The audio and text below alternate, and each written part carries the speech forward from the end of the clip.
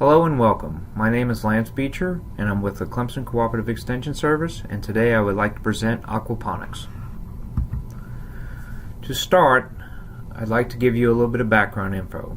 Hydroponics is a method of agriculture where we're growing plants in a soilless environment. That plant system is designed to flow water across the plant roots. Within the water is the nutrients that are available to the plants. Aquaponics is a little bit different. We're growing the plants in a soilless environment. However, we're providing nutrients through fish waste.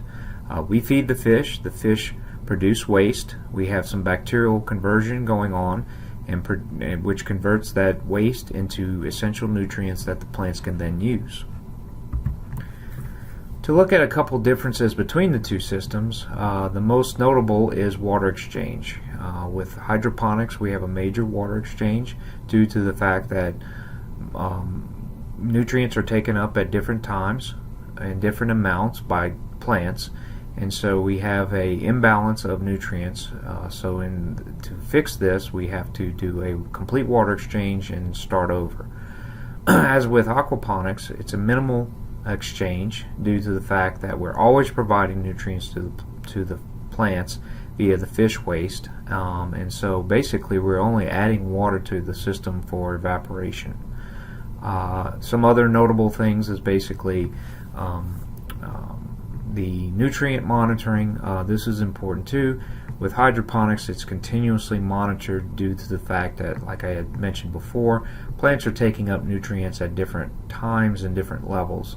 With the aquaponics, it's pretty much a constant influx of nutrients due to we're feeding the fish to keep them happy.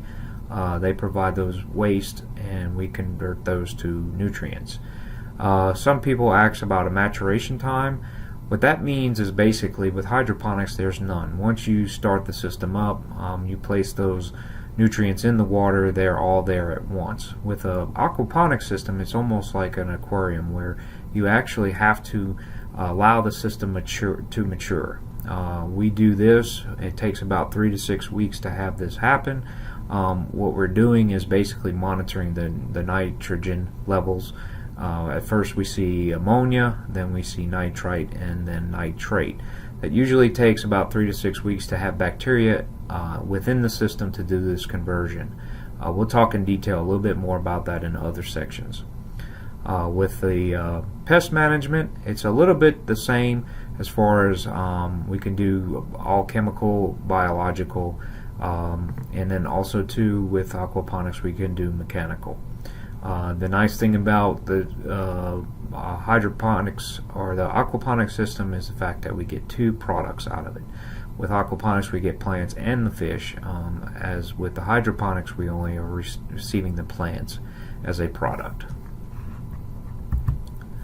Some common system designs out there right now. Most people are doing hobby systems.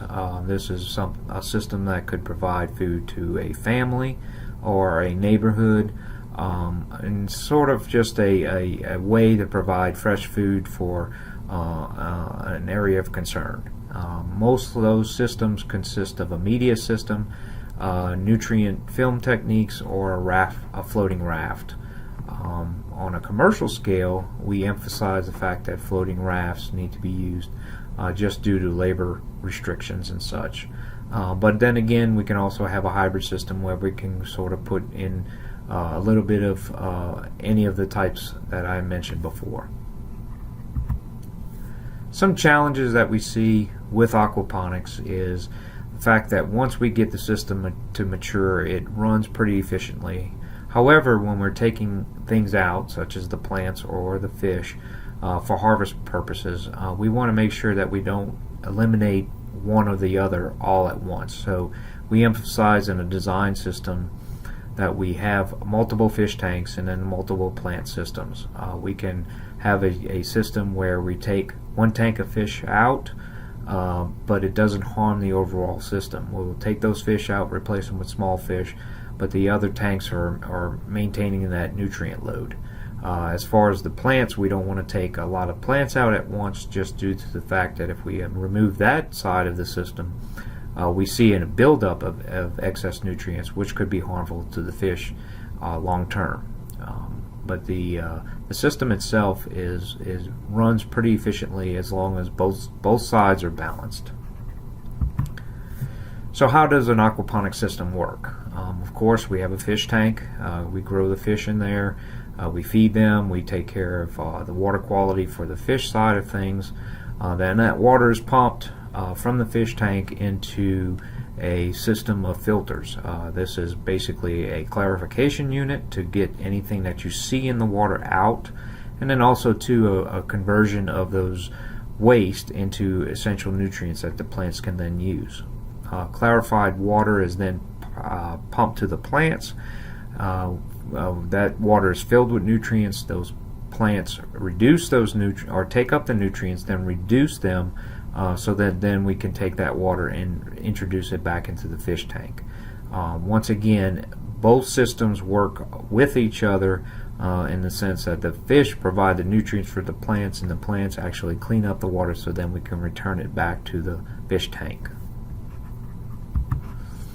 Some advantages to aquaponics.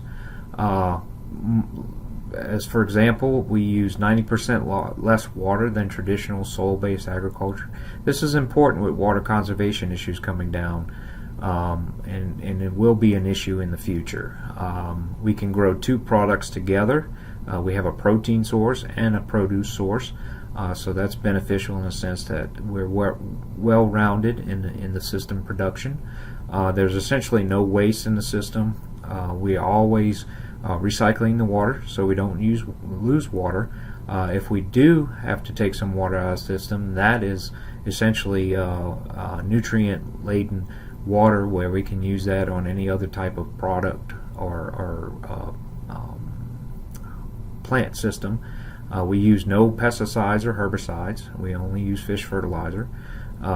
It's food security, so we're growing our own food. We know where this food source comes from. It's basically indoors, protected, and so that's essential in nowadays where we're having so many issues with contaminated food sources. This system works in a drought or places with poor soil quality. It can also work very efficiently in a building. So we can use this type of agriculture in a place where traditional agriculture might not be able to take place.